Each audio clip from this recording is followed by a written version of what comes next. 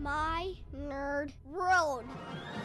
It's a Star Wars show, and welcome to it. I'm your host, Jon Justice. I'm glad you're with another episode this week. Allow me to be your Star Wars cheerleader. Allow me to be your beacon of positivity among a group of individuals who just want to slam our beloved galaxy far, far away.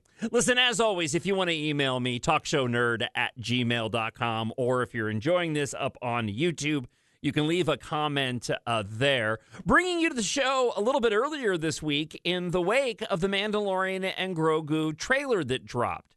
Now, I do agree with some other commentators out there. This is more of a teaser, but it's actually less than that, and I'll explain in just a moment.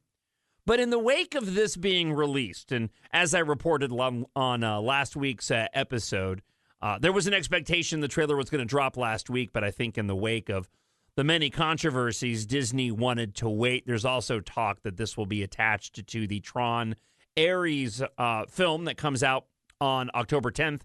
And I can't help but wonder if maybe we'll get a slightly expanded version, although I doubt it. But this is more of a true teaser trailer. And when it dropped yesterday, and I have my thoughts on it, I had sort of a lukewarm response at first to what I saw. But then I found myself getting excited in a way that I hadn't in quite a long time. And I think a lot of this stems from the fact that when The Mandalorian and Grogu comes out next year, it'll be close to 7 years since the last Star Wars film, being The Rise of Skywalker, hit the big screen. And what we got in this teaser trailer, was the first teaser, trailer, whatever you want to call it, for a Star Wars film in a long time. And with that also came the promotional poster. And it was clear from the trailer with the font that they used for The Mandalorian and Grogu, and certainly with this adventure Indiana Jones style, and also hearkening back to some of the original, more fanciful and adventure action-oriented serial type imagery that we received for Star Wars A New Hope. Of course, George Lucas was inspired by the Saturday morning serials that he grew up with as a kid.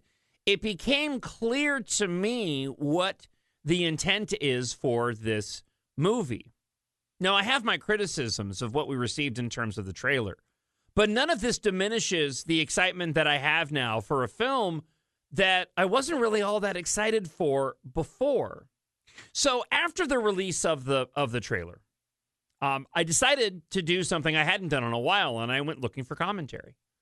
And this was in a matter of a few hours, and so I was able to go online and find a handful of individuals that did reaction videos and went and watched a bit of Nerdronic. I think it was the Den of Nerds was another individual that I watched a bit of, and a smattering of the Resistance broadcast coverage of this as well. And what I was greeted with, unfortunately, was a lot of meh and quite a bit of negativity attached to this. Well, I'm not going to give you that today. I'm excited. I'm excited for what this is, and I can see exactly what Disney and Lucasfilm are going for with this. This is a big movie for Disney. It's a big movie for Lucasfilm. It needs to do well. I don't know if this is going to make $1 billion, and I don't know if that's really Disney's intention with this. I think what Disney is trying to do is just bring back the magic and the fun of Star Wars. And once I was able to push back the typical criticism that would normally pop up from us Uber fans as we overanalyze every single aspect of that which is promoting the next Star Wars content, I was able to dig back deep to being that kid again, getting excited for Star Wars, being reminded that while we've had a deluge of Star Wars content, the fun of Star Wars has kind of been lacking for a while. Andor was fantastic, especially season 2, make no mistake. The sequel trilogy, had its fair share of adventure and fun. I would certainly say that was the case with The Force Awakens. But when you get into The Last Jedi, The Rise of Skywalker, and the controversies that ensue, there's so much negativity attached to those films and negative commentary that we've all suddenly really become down on Star Wars when you go and begin to add in what has been a lackluster smattering of live action content online. Disappointment that I had with Kenobi and its production value. The storytelling of the Book of Boba Fett, mostly because Din Djarin and the story of The Mandalorian, I think, was really what we all expected Boba Fett to be, and they ended up making The Mandalorian instead, which left little room to go and make Boba Fett that menacing character that we knew so little about going back to the original trilogy. A lot of complaints stemming from Season 3 of The Mandalorian, and I do think Season 3 of The Mandalorian is the weakest of the 3 seasons, although I will say that those last couple of episodes I think are some of the best. The wrapping up of Moff Gideon's story, the end battle that takes place with his clone troopers, or whatever, I don't know what their official name is, but you know what I'm talking about. The space battles that ensued in that season were all generally a lot of fun. This has me excited for The Mandalorian and Grogu. This has me excited to see Star Wars back on the big screen. Yes, the trailer looks like Mandalorian Season 4. It'll be interesting to see once we see it on the big screen how well it translates. I did not go to the theater to see any of the select episodes that were released during the few seasons of The Mandalorian. I believe some have actually seen that. Certainly wasn't at any of the conventions where we've seen other trailers from The Mandalorian and Grogu, and the bootleg versions that have been recorded on smartphones that have been released of those other trailers, in my opinion, are better than this particular teaser trailer, as they go and call it. But what this trailer was really, it was just simply an announcement. For those individuals that aren't hardcore fans like you and me, that there's a new Star Wars movie coming. And it's not a Mandalorian Season 4, it's The Mandalorian and Grogu. And it is an adventure. I'm looking at the poster right now, and it's fantastic. You have the stylized, starring Pedro Pascal as Din Djarin and Grogu as himself. The stylized font of The Mandalorian and Grogu in green, in the sweeping way the letters form the words. Star Wars emblazoned on top of it, and then only in theaters written in cursive with an exclamation point. At the bottom, you get a tagline in small cursive font. If you're searching for a new adventure, and then big capital letters in, doing that thing with my fingers, air quotes, this is the way. All with an artistic interpretation of the characters and action that we'll see in the film itself. You see Sigourney Weaver, who looks to be the individual who will be tasking the Mandalorian on whatever adventure he and Grogu are supposed to be going on. You see the new Razor Crest with its yellow markings that resemble that which he had on his N1 Starfighter. I love the N1 Starfighter, but I agree with those that say that is not a proper vehicle for a bounty hunter. You see some X-Wings. You see prototype AT-ATs. You only say they're prototype because they look like some of the concept art that Ralph McQuarrie had of the AT-AT walkers. You see an alien on the cover. You see two twin huts that look to be from the Boba Fett series. Multiple images of Grogu. Zeb from the Rebels crew is on there. You see the Mandalorian and Grogu mounting a single rider walker. You see Zeb getting ready to take on an alien as well. We don't have Drew Struzan anymore to create this artwork, but this poster in and of itself, I think, is more impactful than what we got in the trailer. It tells you that we're not going to get something heavy here. We're going back to our roots of the original Star Wars. And the point that I wanted to make when I brought up the sequel trilogy was that the sequel trilogy kind of got heavy. I can't imagine kids really getting excited over Star Wars when watching The Last Jedi. I absolutely love that film, but it's got its deep moments. It's long and slow in parts. I'm not criticizing it for it. I'm just saying what it is in reality.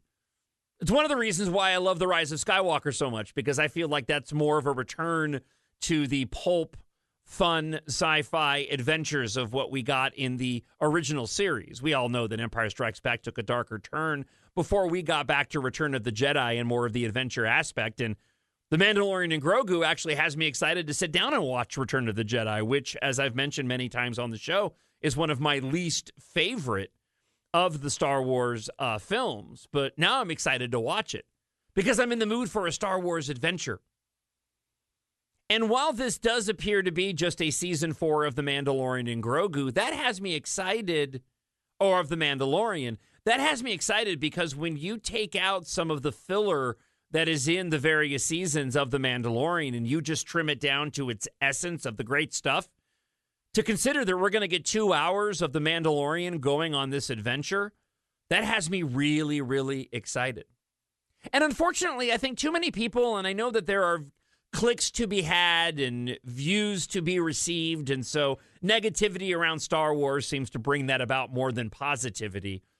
I'm once again just thankful as a lifelong Star Wars fan that we're getting more Star Wars. And I hope that this brings back a new era or revives a new era of excitement surrounding Star Wars again.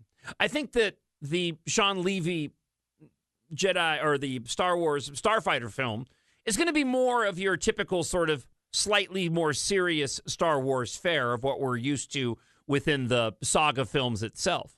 While The Mandalorian and Grogu appears to be something more akin to an Indiana Jones adventure. And I don't know about you, but I'm here for it. I don't need this film to make $1 billion to have fun. I just want to go to the theater and be entertained watching Star Wars on the big screen. Now, a lot of people were complaining about this teaser trailer in and of itself, and that it really didn't offer much in terms of the way of story. And teaser trailers rarely ever do. They also thought that it wasn't very exciting, and there wasn't a lot to really grab your attention or to talk about. And that's okay. I don't disagree with that. I think there's a point to that. I've watched this trailer quite a few times, and I enjoy watching it, but I agree. There's nothing in it that I go, ooh, ah. Now, granted, I've already seen some of the images of the trailer footage that has come out from the various different events. So I've seen further footage of what we're going to get in this film. What this trailer really was, though, is when Entertainment Weekly was still a thing, usually in the lead up to a teaser trailer, there would be an article to go and announce, hey, there's a new Star Wars movie. And here are the first few images of that Star Wars film.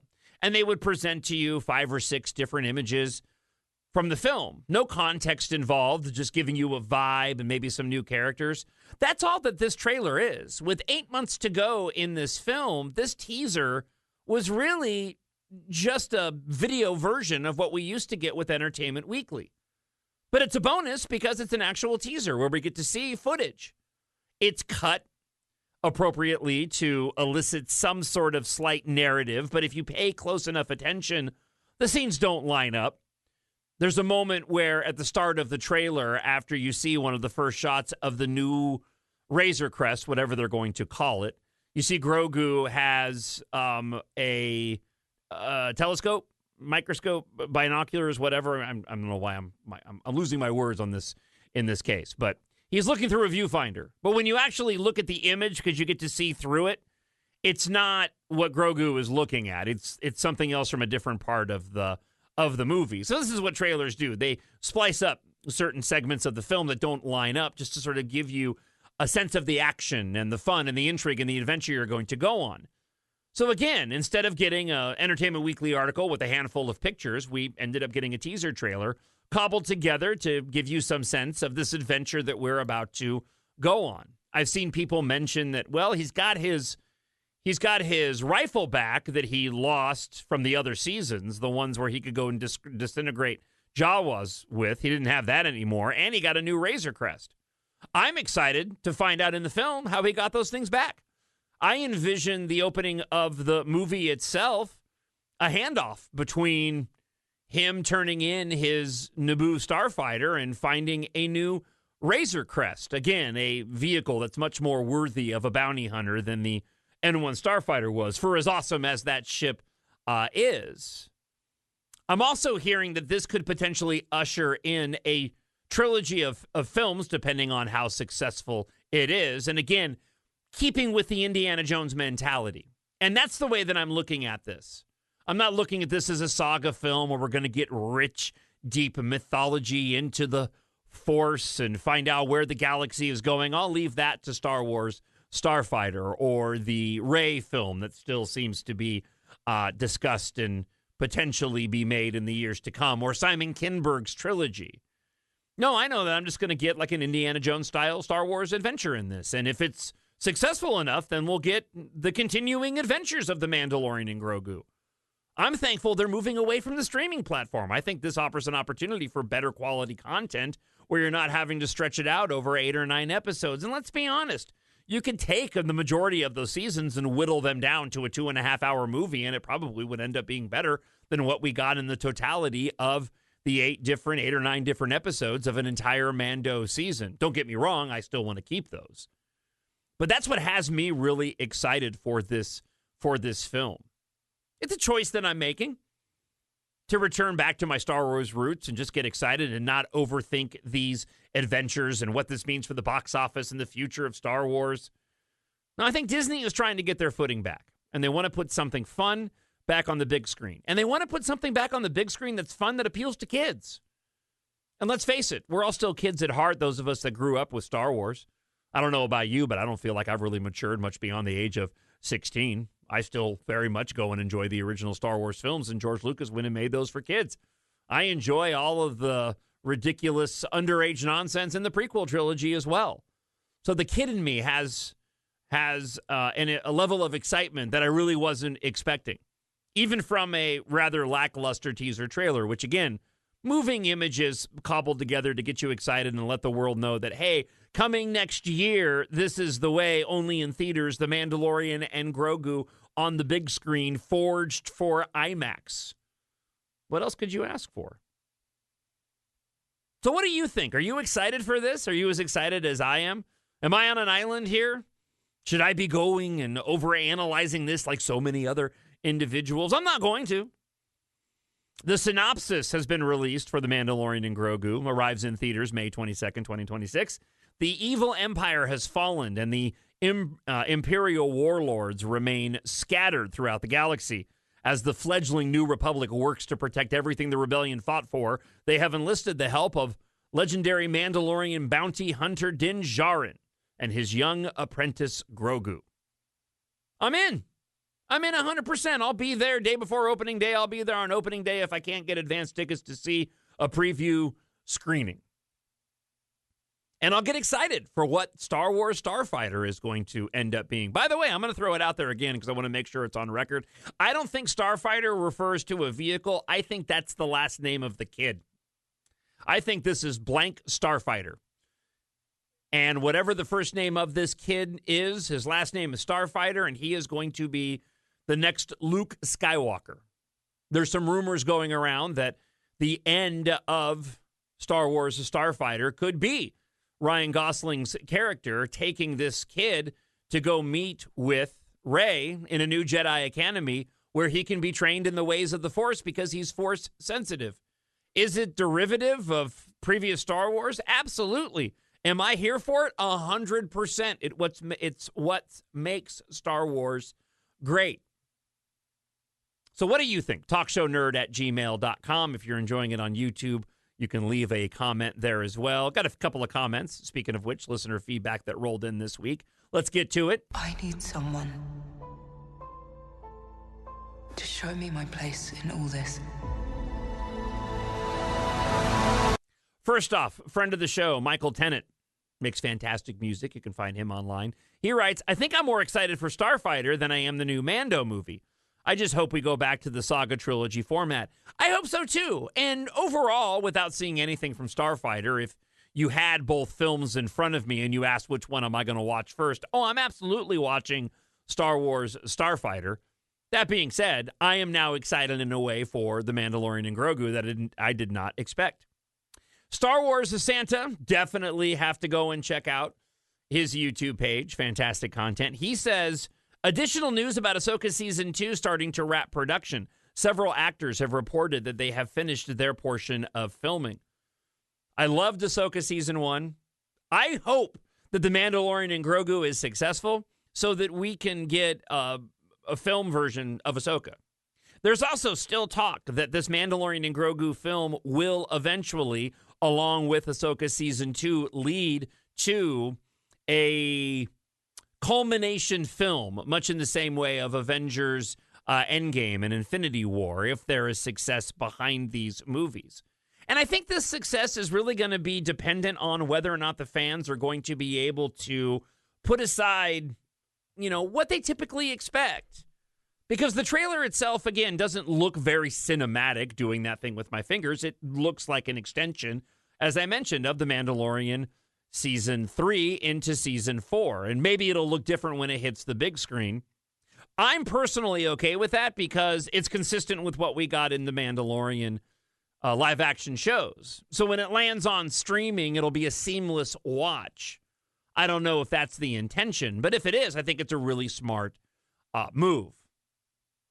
So again, I want to hear from you. TalkShowNerd@gmail.com. I'm excited for this. I'm excited to see more footage when it gets released. And again, I'm excited for May of next year. We get to go back to the movie theater and watch a Star Wars film. As a Star Wars fan, what else can you ask for? Thank you so much for checking out this episode, as always. I hope you have yourself a fantastic week, and wherever you are, you're happy, you're healthy, and you're safe. God bless, and I'll talk to you again next week. Bye. The Force will be with you, always. My nerd world.